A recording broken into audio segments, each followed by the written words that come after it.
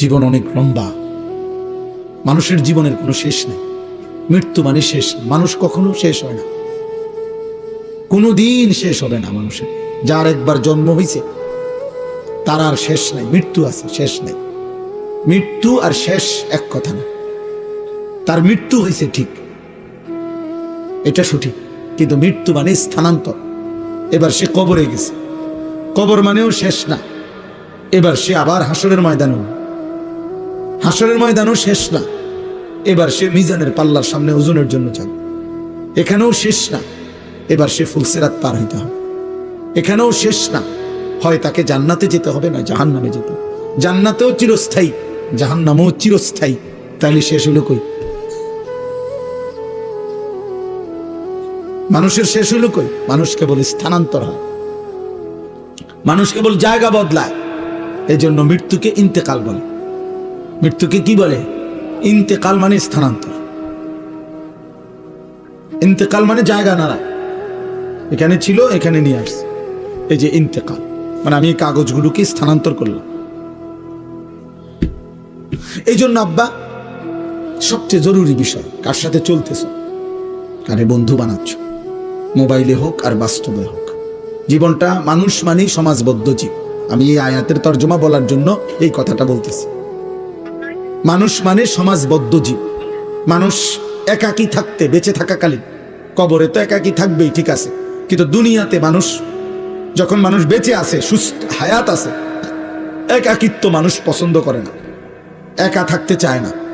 মানুষের স্বভাবজাত এটা ধর্ম যে সে কারো না কারো সঙ্গী হয়, কারো না কারো সঙ্গে থাকে।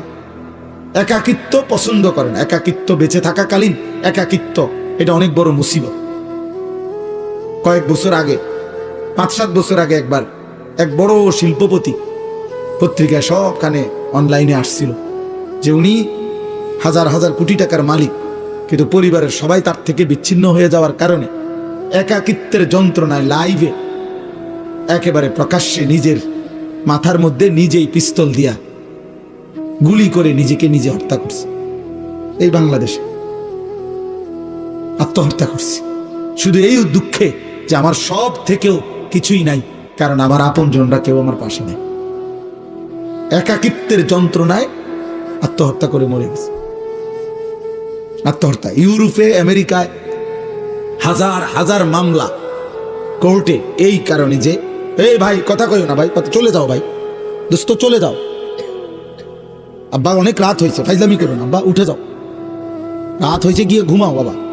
আবারও হাসে, তোমারে চলে যাইতে বলছি, যাও গা আব্বা। আমি বললাম তো, আমি তো ভোটের জন্য আসছি না তোমার, তুমি একজন কম হইলে কিচ্ছুই তো না। সাবধান, আমি নজর রাখি, এটা আমার সারা জীবনের অভ্যাস, 21 বছরের অভ্যাস, এবং সদর বদর মানুষ আমার নজরে পড়ে, এটা সবাই জানে। আমার ছাত্ররাও, আমার ছাত্র জীবন, শিক্ষকতার জীবন, উল্টাপাল্টা মানুষ আমার নজরে পড়ে। আমার কথা হইলে আমার কোনো আপত্তি নেই, আমি একজনকে বললেও আমার কোনো অসুবিধা।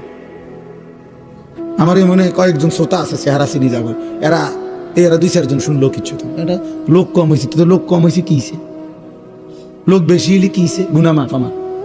মনে করেন লোক বেশি হয়েছে, তো আমার কবর রাজার মান, তো তাই বেশি লোক দিয়ে কর্মী কি? আমি তো ভোটও দাঁড়াইছি না, তো আমি দিয়ে কর্মীটা কি বলেন? আমি জনপ্রিয়তা দিয়ে কর্মীটা কি? আমি তো 50,000 লোকও দেখছি মাহফিলে আমার বয়ানের সময়, আমি 7 জন মানুষও দেখছি, 4 জন গুণা, আমি সব 5 জন। হ্যাঁ আলহামদুলিল্লাহ, আমি বয়ান করছি। একটা সময় আমার এমনও গেছে আগে, খালাস দুষ্টামি করো না, আমি তো নিষেধ করলাম তোমার কাছে, বললাম ফাজলামি করো না, পরস্পর কথা বলো, তুমি তোমার জন্য শোনো, আর ক্লান্তি লাগলে চলো বাড়িতে যাও। আমি তো অনুমতি দিছি, খুব দ্রুত শেষ করতে চাচ্ছি। তাইলে আমার বলার উদ্দেশ্য হলো, একাকিত্ব যন্ত্রণাময়। মানুষ কারো না কারো সঙ্গী হয়, প্রত্যেক কাজে মানুষ সঙ্গী খোঁজে, আরেকজন কাউকে খোঁজে। এই যে স্বামী স্ত্রী, এটা একটা সঙ্গ, তারা 2 জন, একজন আরেকজনের সঙ্গী। আল্লাহ কোরআনে বলছে, হুন্না লিবাসুল লাকুম ওয়া আনতুম লিবাসুল লাহুন্না। স্ত্রী তোমাদের পোশাক, তোমরা স্ত্রীদের পোশাক। পোশাক যেমন জড়িয়ে রাখে শরীরের সাথে, তুমি তোমার বিবিকে জড়িয়ে রাখবে, বিবি তোমাকে জড়িয়ে রাখবে, অর্থাৎ 2 জনে মিলে থাকবে। এইভাবে জীবন চলার পথে আল্লাহ তাআলা মানুষকে জোড়ায় জোড়ায় সৃষ্টি করেছেন।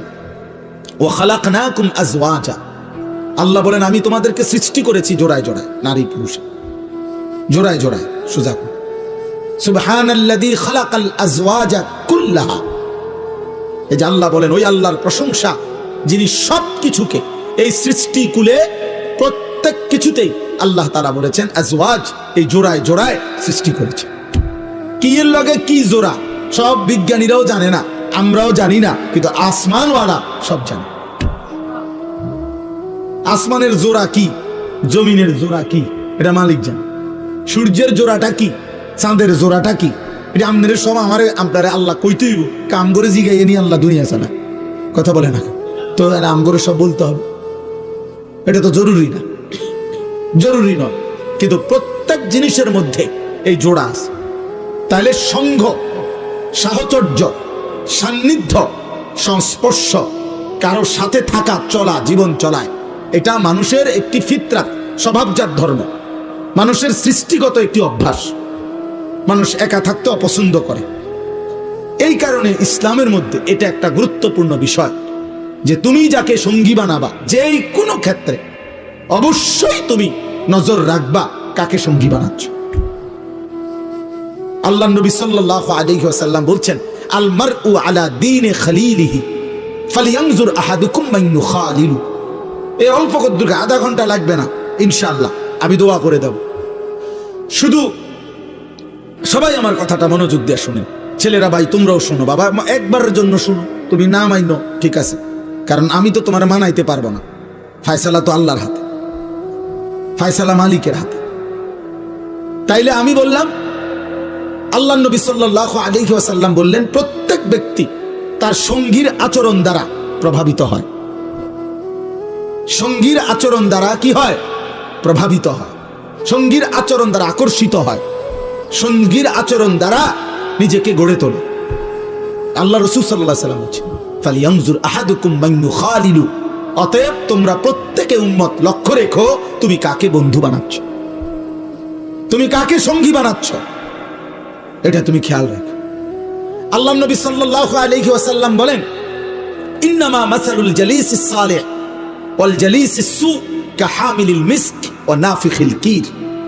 উত্তম সঙ্গী আর মন্দ সঙ্গী, খারাপ সঙ্গী, আল্লাহ নবী সাল্লাল্লাহু আলাইহি ওয়াসাল্লাম বলেন এই দুইটার উদাহরণ হলো একজন আতর বিক্রেতার মতো, আরেকজন কামারের দোকানদারের মতো।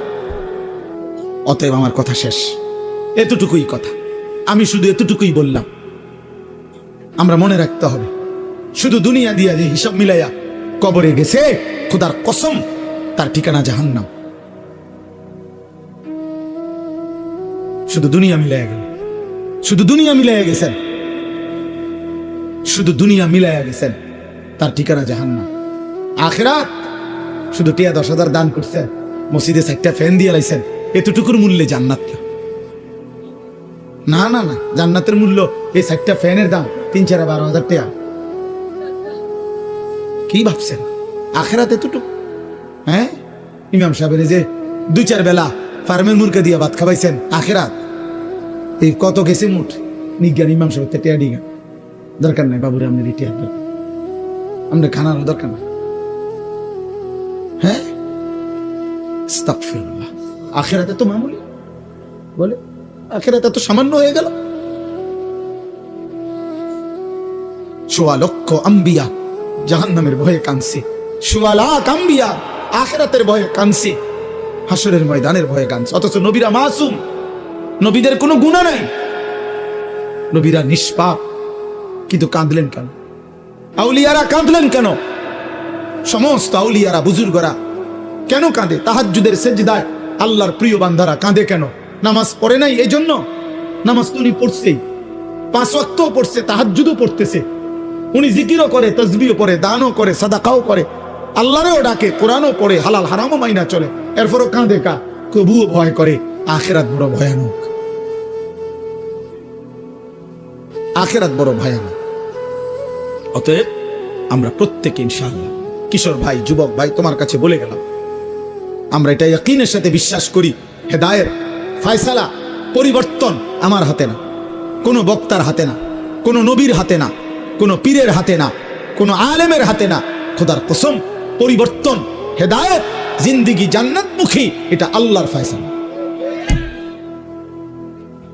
কার ফয়সালা? আমরা শুধু বলে যাই, আমরা শুধু মাইক দুয়ারে দুয়ারে ফেরি করি, আমরা শুধু বলতে থাকি, যেখানে যেদ্দুর সুযোগ পাই আল্লাহর কথা বলতে যাচ্ছি, কিন্তু ফয়সালা কার হাতে?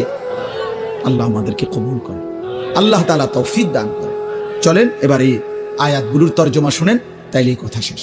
এই যা বলার বলে ফেলছি। আল্লাহ তাআলা বলতেছেন সূরা ইউনুস 10 নম্বর সূরা 11 নম্বর পারা।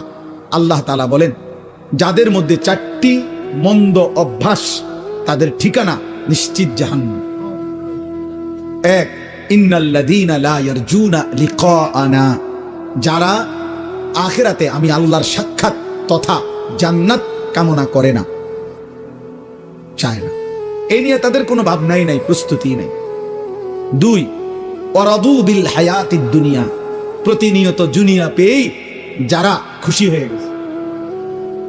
3, ওয়াতমাআন্নু বিহা, যেটুকু দুনিয়া অর্জন করেছে এতটুকু পেয়ে তারা নিশ্চিন্ত হয়েছে। আল্লাহর রহমতে, আল্লাহর দয়া, আল্লাহ যে দূর দিছে সারি, আল্লাহর রহমতে দোয়া করে হুজুর, আল্লাহর রহমতে তারা 3 জন বিদেশ, 4টা মাইয়া বিয়া দিছি, আল্লাহর দয়া এখন বাড়ি করছি, 4 রুম, 2টা বাথরুম করছি, ভিতরে বাথরুম দিও টাইলস। হ্যাঁ, আল্লাহর রহমতে আপনাকে দোয়ায় হুজুর রাস্তার লগে কত জায়গা লইছি, ব্যাংকও আল্লাহর দয়া, আল্লাহর রহমতে লাখ 10 টাকা জমাইছি। আর কি, এই অল্প এই বয়সে আল্লাহ অনেক দিছে, অনার আর কোনো টেনশন নেই। এই যে নিশ্চিন্ত, দুনিয়া পেয়ে কি হয়ে গেছে? নিশ্চিন্ত, আর কোনো টেনশন নেই। আর শুধু টেনশন আছে 2-1 বুড়া মিয়ার, ওই নাতিগারে যদি বিয়ে করে থাকতো। হ্যাঁ হ্যাঁ, কিছু বুড়া আছে মরে না এই আশায়, নাতিগার বউরা যদি চাই দিতে পারতাম, কারণ উনি জানে কবরে ওনারে জিজ্ঞাসা করবে আপনার নাতির বউর নাম কি। এটা যদি উনি না যায় তাহলে কবরে উত্তর দিবে কি? এই মাইয়াগারে যদি বিয়ে দিয়ে যেতে পারতাম, এই বিল্ডিং খান যদি শেষ করতে পারতাম, আরে তার চাচাই কইলো এই জমিয়ান বেচবো, আজ 2 বছর ঘুরাইতে আছে বেচবো কইয়া, এই জমি খান কদ্দুর কিন্না বাড়িটা যদি মিলাই দিয়ে যাইতে পারতাম কবরে, আর কোনো দুঃখ নেই। হ্যাঁ,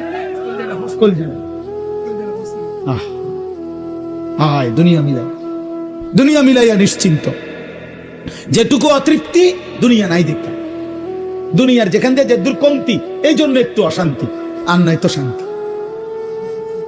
ওয়াল্লাযীনা হুম আন আয়াতিনা গাফিলুন, আর শেষ হলো আল্লাহ বলে, প্রতিনিয়ত আমার আয়াত, আমার বিধান, আমার হুকুম, আমার কোরআনের ব্যাপারে যারা গাফেল, আল্লাহ নাই, নামাজ নাই, সেজদা নাই, হালাল হারাম নাই, আমার কথার আনুগত্য নাই, আমার রাসূলের অনুসরণ নাই, এই 4টা, যারা আমি আল্লাহর সাক্ষাৎ জান্নাত চায় না, যারা প্রতিদিন দুনিয়া পেয়ে খুশি, যারা যেটুকু দুনিয়া অর্জন হয়েছে তাতে নিশ্চিন্ত, আর যারা আমি আল্লাহর আয়াত বিধানের ব্যাপারে গাফেল, আল্লাহ বলেন উলাইকা মাওয়াহুমুন নারু বিমা কানু ইয়াকসিবুন, তাদের সারা জীবনের সমস্ত চেষ্টা অর্জন মেহনতের বিনিময়ে আল্লাহ বলে তাদের ঠিকানা শুধুই জাহান্নাম, জাহান্নাম, জাহান্নাম।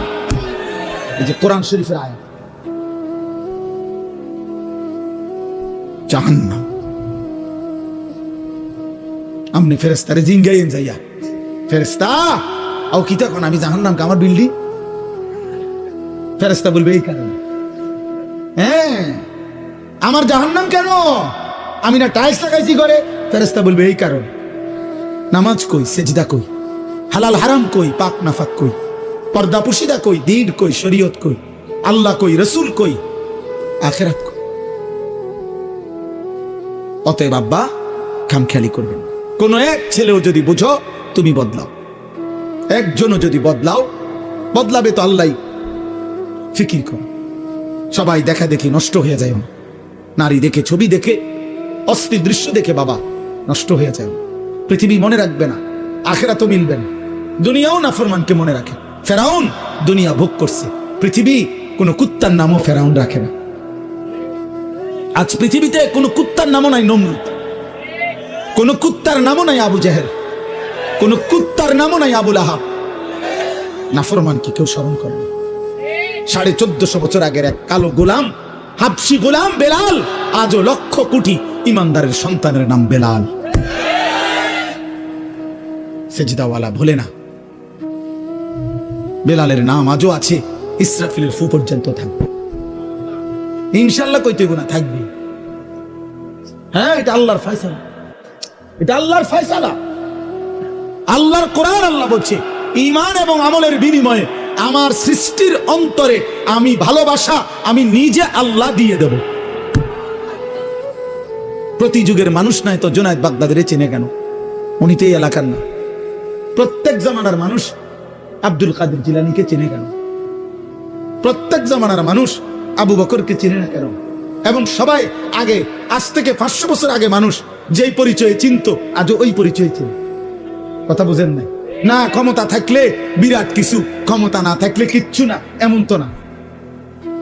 ক্ষমতার পরিবর্তনে বাইজিদ বোস্তামির ইজ্জতের পরিবর্তন হয়েছে? ক্ষমতার পরিবর্তনে আব্দুল কাদের জিলানীর ইজ্জতের পরিবর্তন হয়েছে? হবে না। কলিজায় কলিজায় ভালোবাসাই থাকবে ইনশাআল্লাহ। এজন্য আমি বলছি 1000 বছর পরের বাচ্চাও, আগামী 1000 বছর পরে আমার বাংলার জমিনে যেই বাচ্চাটা জন্ম নিবে, ও যখন 10 বছর হবে ইনশাআল্লাহ শহীদ শরীফ উসমান হাদি রাহমাতুল্লাহ আলাইহি এই যুবকের নাম সেও জানবে, সেও শ্রদ্ধা করবে। মনে রাখো, 1000 বছর পরেও পৃথিবী তাকে চিনবে। হাদি মরবে না। আর ওই পাপী তার হত্যার সাথে যাদের জড়িত, ওই বেঈমান নাফরমানদের নাম পৃথিবীর কেউ নেবে না, কেউ নেবে না, পলাইও যাইতে পারবে না। শেষ পর্যন্ত রবের ফয়সালা যেখানে, সেখানে সে নিশ্চিত বেইজ্জতি হবেই হবে ইনশাআল্লাহ। আর ইমানদার হাদির পবিত্র রক্ত থেকে লক্ষ কোটি সাহসী ইমানদার যুবক দেশপ্রেমিক তৈরি হতেই থাকবে। হ্যাঁ, প্রয়োজনে জ্বলে উঠবে ইনশাআল্লাহ, ইনশাআল্লাহ। আমার মাটির লোক কম, আমার এরিয়া কম, আমার মাতৃভূমির সীমানা কম, আমার মাতৃভূমির জনসংখ্যা কম হইতে পারে, কিন্তু ইনশাআল্লাহ ভারতীয় বেঈমানদের 100 কোটির মোকাবেলায় আমার দেশের লক্ষ ইমানদার যুবকই যথেষ্ট বেটা।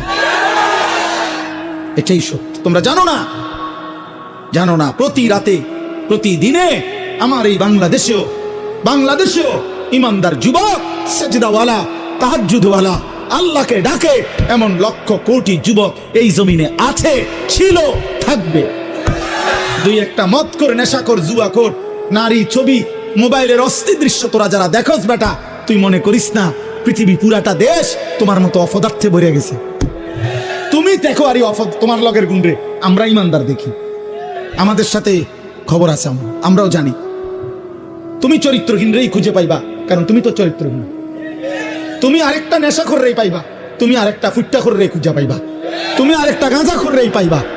আর ইমানদারকেই খুঁজে পাবে, তাহাজ্জুদওয়ালাই খুঁজে পাবে। আর খবিস খুঁজে পাবে। আল্লাহ কোরআনে বলছে কিনা, খবিস কাকে পাবে? খবিস আরেক খবিস পাবে। আল্লাহ পাক বলছে খবিসের বউ খবিস, খবিসের স্বামী খবিস। তুই চরিত্রহীন বেটা, তোর স্ত্রীও দেখবা চরিত্রহীন। তুমি যেমন 12 ঘাট ঘুরে আইছো, তো বউরাও দেখবা এবারে 16 ঘাট ঘুরে আইছে। সেদিন বুঝবা জীবন জাহান্নামের টুকরা হবে। আমি বলে গেলাম। অতএব আজকে রাত্রে এতটুকুই কথা। আল্লাহ তাআলা আমাদের প্রত্যেককে ঈমান আমল দান করেন, আখিরাতের ফিকির দান করেন, কবরের ভয় দান করেন, জাহান্নামের ভয় দান করেন। আজকের এই মুবারক মাহফিল আল্লাহ কবুল করে নেন। ছেলেদের কষ্টের আয়োজন, যুবকদের এই ফিকির, এই মেহনতে আল্লাহ বরকত দান করেন। আমার একটা পরিচিত ছেলে, ও অনেক বিরক্ত করছে, আল্লাহ আনাইছে জন্য আলহামদুলিল্লাহ। তোমরা যুবক নামাজ পড়ো, আল্লাহকে ডাকো, 5 ওয়াক্ত নামাজ পড়ো, ফজরের নামাজ পড়ো, আল্লাহকে সেজদা করো। আব্বা চরিত্রহীন হইও না, ইনশাআল্লাহ পৃথিবী তো সম্মানিত হবে, আখিরাতেও জান্নাতি হবে। আল্লাহর কথার সামনে কোনো রকম বেয়াদবি করা কসম খোদার ও অভিশপ্ত হয়। আমি তো কুমিল্লা ভিক্টোরিয়া কলেজ থেকে মাস্টার্স পাস করছি, আমি তো জেনারেল লাইনে পূর্ণ পড়ালেখা করছি, সায়েন্স বিজ্ঞান বিভাগ থেকে আমি তো দাখিল এসএসসি পাস করছি, 1998 সালে বাংলাদেশে সর্বোচ্চ নাম্বার পেয়ে ফার্স্ট হয়েছি, 1 নাম্বার সারা বাংলাদেশে। আমি তো এখানে বহুবার আসছি, আপনারা আমারে দেখছেন না আগে। তাইলে আব্বা বলেন, আমি তো নিষেধ করি নাই, তুমি পড়ো স্কুলে, পড়ো কলেজে, তুমি একদম হিমালয় পর্বতের উপর উঠে লাও, আটলান্টিক মহাসাগরের নিচে যাও। কিন্তু প্রশ্ন হলো, আল্লাহ বুল্লা কেন, নামাজ বুল্লা কেন, মালিকের কোরআন পড়তে পারো না কেন, আল্লাহর নামের একটা তাসবিহ পড়তে পারো না কেন, নবীর শিখানো 10টা দোয়া বলতে পারো না কেন? হ্যাঁ, এটা বাধা কিসে? এটা ছুটে গেল কেন আব্বা? বাথরুমে ঢুকতে দোয়াটা পারো না কেন, বের হইতে দোয়াটা পারেন না কেন? আপনি না মাস্টার্স করছেন, আপনি না এসএসসি পাস করছেন, আপনি না ইন্টারমিডিয়েট পাস করছেন, আপনি না অনেক কিছু করছেন, তো এটা ভুলে গেলেন কেন? এটা বাদ দিলেন কেন? আখেরাত বাদ দিলেন কেন? আল্লাহ আমাদেরকে বিবেক দান করে। চলেন, আল্লাহ তাআলা বলেন যে আল্লাহর সাক্ষাৎ চায় না, মানে জান্নাত চায় না। 2, ওয়ারাদু বিল হায়াতিদ দুনিয়া, যে দুনিয়ার জীবন পেয়ে খুশি হয়ে গেছে। কি পেয়ে খুশি হয়েছে বলেন? দুনিয়ার জীবন। খাইতেছে, ঘুম যাইতেছে, হ্যাঁ, দুনিয়া লইয়া মোটামুটি মনের চাহিদা পূরণ হইতেছে, নাচতেছে, খাইতেছে, ফুর্তি করতেছে। মন চাইলে এক বেলা পরিশ্রম করে, আরেক বেলা গান শুনে, বা এক বেলা মেহনত করে, আরেক বেলা সাদওয়ানে গপ মারে। কোনো অসুবিধা নাই, মানে ভালোই চলছে আল্লাহর রহমতে। কি অবস্থা কাকা, কেমন আছে? ভালো, আল্লাহ ভালো রাখছে, আল্লাহর ভালোই রাখছে। মানে দুনিয়া পেয়ে খুশি, দুনিয়া পেয়ে। আমাদের যুবক ছেলেরা, কিশোর ছেলে, তোমরা আব্বা শুধু একটা মোবাইল ব্যবহারের স্বাধীনতা পাইছো তুমি, অর্থাৎ তোমার বাবা অক্ষমতার কারণে, তোমার মায়ের দুর্বলতার কারণে ওরা তোমারে ধরতে পারে নাই, ওরা তোমারে ফিরাইতে পারে নাই, ওরা তোমার কাছে ব্যর্থ হয়ে গেছে। তোমার গাদ্দারের মতো চেহারা, তোমার মুশরিকের মতো চুল, আর তোমার বেঈমানের মতো চোখের চাহনি আর চলাফেরা দেখা বাবা কাঁপে, মা ভয় পায় যে তারে দেখতে শুনতে যেই চুল চেহারা, তারে কইলে বেশি কিছু কইলে কোনটা করে কি মাথা ফাটাইয়ালায়, না বিল্ডিং ভাঙ্গালায়, না আলমারি ভাঙ্গালায়, বলা যায় না। আপন মা, আপন বাবা সিদ্ধান্ত নিছে, পরে আর আল্লাহর কথা বলবো, পরে আর নামাজের কথা বলবো। হায় সন্তান, খোদার কসম, তোর উপরে আল্লাহর সবচেয়ে বড় লানত, অভিশাপ, যে তোর মা তোরে আর বলে না, তোর বাবা আর তোরে ফিরায় না রে আব্বা। তোর জীবনের সবচেয়ে বড় দুর্ভাগ্য, বদনসিব।